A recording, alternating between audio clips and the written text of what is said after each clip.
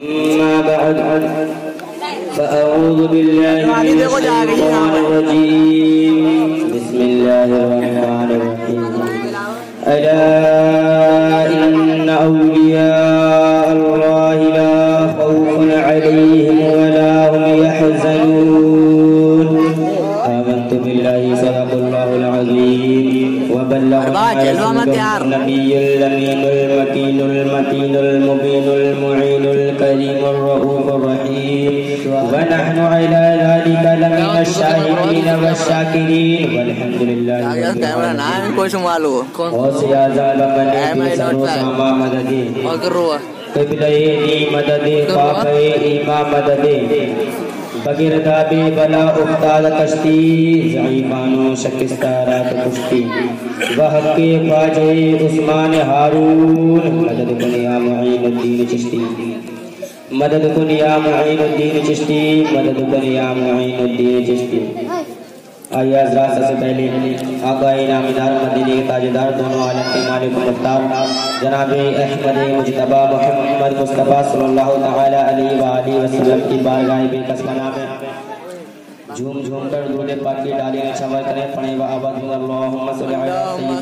سیدنا محمد وبارک وسلم صلی علیہ صلاۃ و سلام علیک یا رسول اللہ یا نبی اللہ یا حبیب اللہ صلی اللہ تعالی علیہ وسلم اعلیٰ حضرت حضور غوث اعظم رضی اللہ تعالی عنہ کی بارگاہ میں خراج عقیدت پیش کرتے ہیں اور لکھتے ہیں کہ واہ کیا مرتبہ اے غوث ہے والا تیرا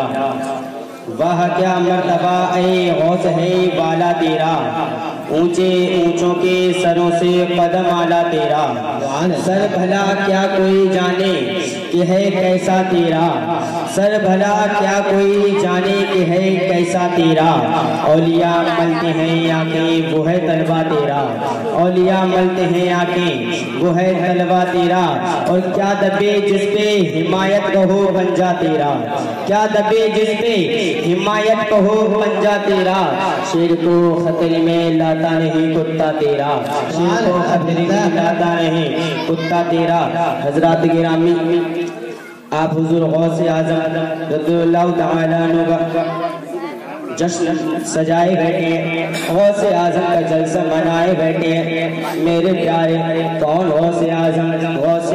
کسی چھوٹی موٹی شخصیت کا نام نہیں ہے غوث اعظم کسی ایسے ویسے آدمی کا نام نہیں ہے غوث اعظم کسی چھوٹے موٹے غریب کا نام نہیں ہے بلکہ غوث اعظم تو اس ولی کا نام ہے کہ بغداد شریف میں ایک شخص رہا کرتا تھا کہ جس کا انتقال ہو چکا ہے اب جب اس کا انتقال ہو گیا تو میرے پیارے اس کو لوگ دفنا کر جب قبرستان میں اسے دفنا دیا دفنانے کے بعد لوگ واپس آئے اور واپس آنے کے بعد لوگوں نے کچھ دنوں تک دیکھا کہ جب سارا بغداد سوتا تھا جب سارا بغداد چین کی نیند سوتا تھا جب سارا بغداد میٹھی نیند سوتا تھا تو اس قبرستان سے اس مردے کی قبر سے چیخنے چلانے کی آوازیں آیا کرتی تھی بغداد کے لوگ اکٹھے ہوئے اور اکٹھے ہونے کے بعد حضور غوث اعظم کی بارگاہ میں حاضر ہوتے ہیں اور عرض کرتے ہیں حضور کچھ دن پہلے فلاں شخص کا انتقال ہوا تھا اسے قبرستان میں دفن جب کر دیا گیا تو یہ دیکھا جاتا ہے کہ جب سارا بغداد چین کی نیند سوتا ہے جب سارا بغداد سو جاتا ہے تو اس قبرستان سے اس مردے کی قبر سے چیخنے چلانے کی آوازیں آتی ہیں تو غوث اعظم فرماتے ہیں کہ اے مریدو اے میرے مریدو ذرا یہ بتاؤ کہ جس شخص کے قبر سے چیخنے چلانے کی آوازیں آتی ہیں کیا وہ کبھی ہمارے مدرسے کی طرف سے گزرا تو مریدوں نے عرض کیا حضور اس بات کا تو علم نہیں ہے کہ وہ مدرسے کی طرف سے گزرا یا نہیں گزرا حضور غوث اعظم نے فرمایا کہ یہ بتاؤ کیا کبھی اس نے ہمارے دسترخوان سے کچھ کھایا تو مریدوں نے عرض کیا حضور اس بات کا بھی علم نہیں ہے کہ اس نے آپ کے دسترخوان سے کچھ کھایا یا نہیں کھایا تو حضور غوث اعظم نے پوچھا کہ اے میرے مریدوں ذرا یہ تو بتاؤ کیا وہ دنیا میں میرا نام لیتا تھا کیا وہ دنیا میں مجھ سے محبت کیا کرتا تھا کیا وہ میرا ذکر کیا کرتا تھا تو مریدوں نے جواب دیا ہاں حضور اس بات کا علم تو ہے کہ وہ دنیا میں آپ کا نام بھی لیا کرتا تھا وہ آپ سے محبت بھی کیا کرتا تھا وہ عشق بھی کیا کرتا تھا غوث اعظم نے کہا کہ اے میرے مریدوں غوث اعظم عبد القادر جیلانی کی رحمت کو یہ گوارا نہیں کہ عاشق غوث اعظم کا نام لینے والا غوث اعظم کا دنیا میں ذکر کرنے والا عذاب قبر کو جھیلتا ہو میں اللہ تبارک و تعالیٰ کی بارگاہ میں عرض کرنے کے بعد اس کا عذاب قبر سے داخل کروا دوں گا یا رسول اللہ نہیں چھوڑیں گے نہیں چھوڑیں گے اللہ اکبر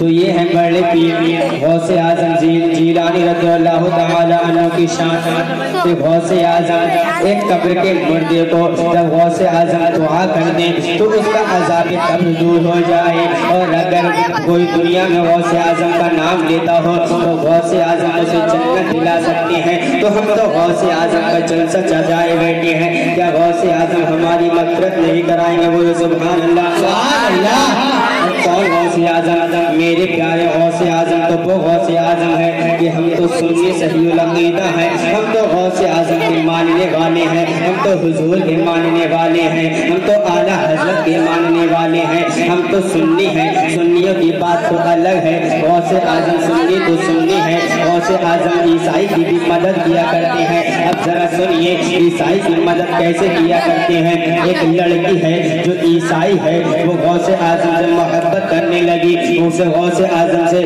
الفت کرنے لگی جب اسے غوث اعظم سے محبت ہوئی تو میرے پیارے کچھ دنوں بعد لڑکی کی شادی طے ہوئی اور جب شادی طے ہوئی اب لڑکی کی شادی کے دن قریب آئے تو لڑکی نے اپنے والد کو بلایا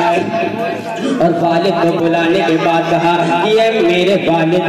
میرے والد جب میری شادی ہو تو آپ غوث اعظم کو بھی دعوت دینا میری بارات میں وہ بھی آئیں گے ہم میرے پیارے اس کے والد نے غوث اعظم کو دعوت دینے گیا غوث اعظم نے کہا کہ ہاں انشاءاللہ وقت پر دیکھا جائے گا اب لڑکی کی شادی کا دن آیا ادھر سے بارات چلی ہے جب بارات روانہ ہوئی جب بارات اپنے گھر سے نکلی ہے تو جب راستے میں پہنچی ڈاکوؤں نے بارات کو لوٹا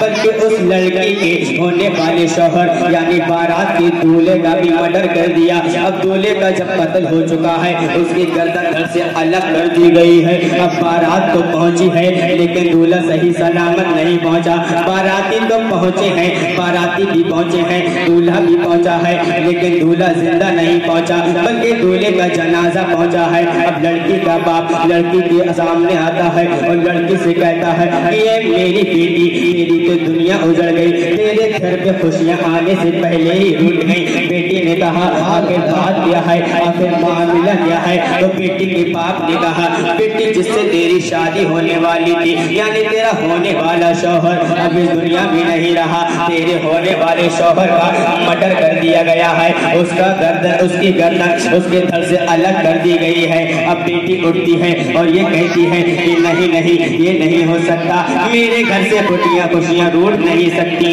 کیونکہ میں غوث اعظم کو ماننے والی ہوں میں غوث اعظم سے محبت کرنے والی ہوں میرے پیارے بیٹی اپنے باپ سے کہتی ہے کہ اے میرے والد جب تک میں خانقاہ قادریہ اور مدرسہ قادریہ سے ہو کر نہ آ جاؤں تب تک اس جنازے کو اٹھانا مت اب بیٹی کچھ لوگوں کو لے کر خانقاہ قادریہ میں یعنی غوث اعظم کے پاس جاتی ہے اور عرض کرتی ہے حضور میری تو خوشیاں اجڑ گئی میرا تو گھر اجڑ گیا میری گھر پہ خوشیاں آنے سے پہلے ہی روٹ گئی کہا معاملہ کیا ہے تو اس لڑکی نے کہا حضور میری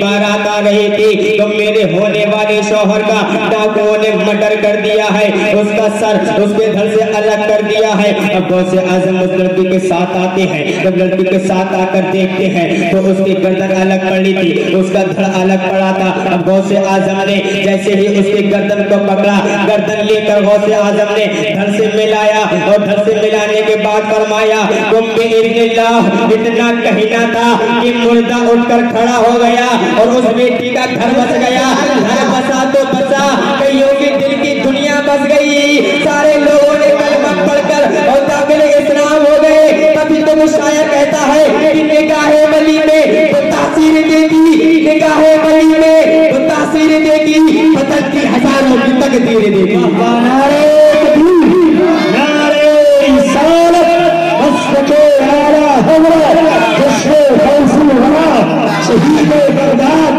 نعرہ تکبیر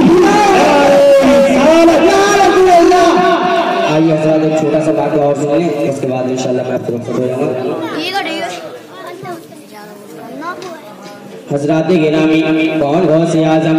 وہ غوث اعظم کہ اگر میرے غوث اعظم سے کوئی صبح کو مصافحہ کر لیا کرتا تھا تو میرے پیارے قسم وحدہ لا شریک کی پورے دنیا سے موت نہیں آیا کرتی تھی، اور اگر کوئی شام کو میرے غوث اعظم سے مصافحہ کر لیا کرتا تھا تو پوری رات اسے موت نہیں آیا کرتی تھی۔ ایک عورت ہے جس کے گھر ایک بیٹا پیدا ہوتا ہے، بعض روایتوں میں آتا ہے کہ وہ اس عورت کا ہی لڑکا تھا، اور بعض روایتوں میں یہ آتا ہے کہ اس کا ناتی تھا۔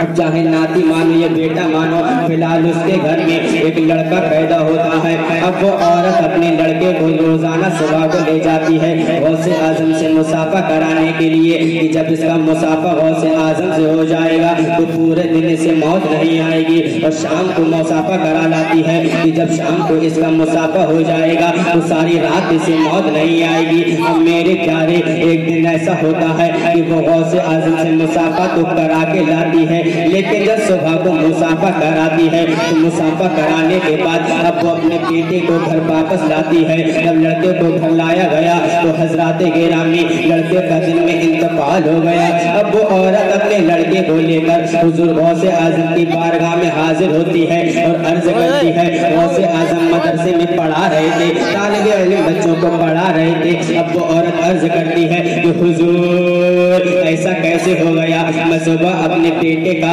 آپ سے مصافحہ کرا کے لے گئی ہوں، میں نے اپنے بیٹے سے صبح آپ کا مصافحہ کرایا ہے، اسے موت کیسے آ گئی؟ تو حضور غوث اعظم رضی اللہ تعالی عنہ نے دعا کے لیے ہاتھ اٹھائے اور کچھ پڑھا۔ جب کچھ پڑھا تو وہ بچہ زندہ ہو گیا۔ اب جب مدرسے کے طالب علموں نے پوچھا کہ حضور آپ نے اپنے ہاتھوں کو اٹھا کر ایسا کیا پڑھا کہ یہ بچہ زندہ ہو گیا؟ تو غوث اعظم عرض کرتے ہیں کہ اے میرے طالب علم بچوں، اے میرے شاگردوں، میں نے کچھ نہیں پڑھا بلکہ میں نے دعا کے لیے ہاتھ اٹھائے اور میں نے بس اتنا پڑھا کہ اے میرے مولا یہ عبد القادر کے ہاتھ ہیں جو کبھی تیرے خلاف نہیں اٹھے ہیں، اے میرے مولا عبد القادر کی زبان وہ زبان ہے جو کبھی تیرے خلاف نہیں بولی ہے، اے میرے مولا اس بچے کو تو زندہ فرما دے۔ اتنا کہنا تھا کہ اسرائیل علیہ السلام کو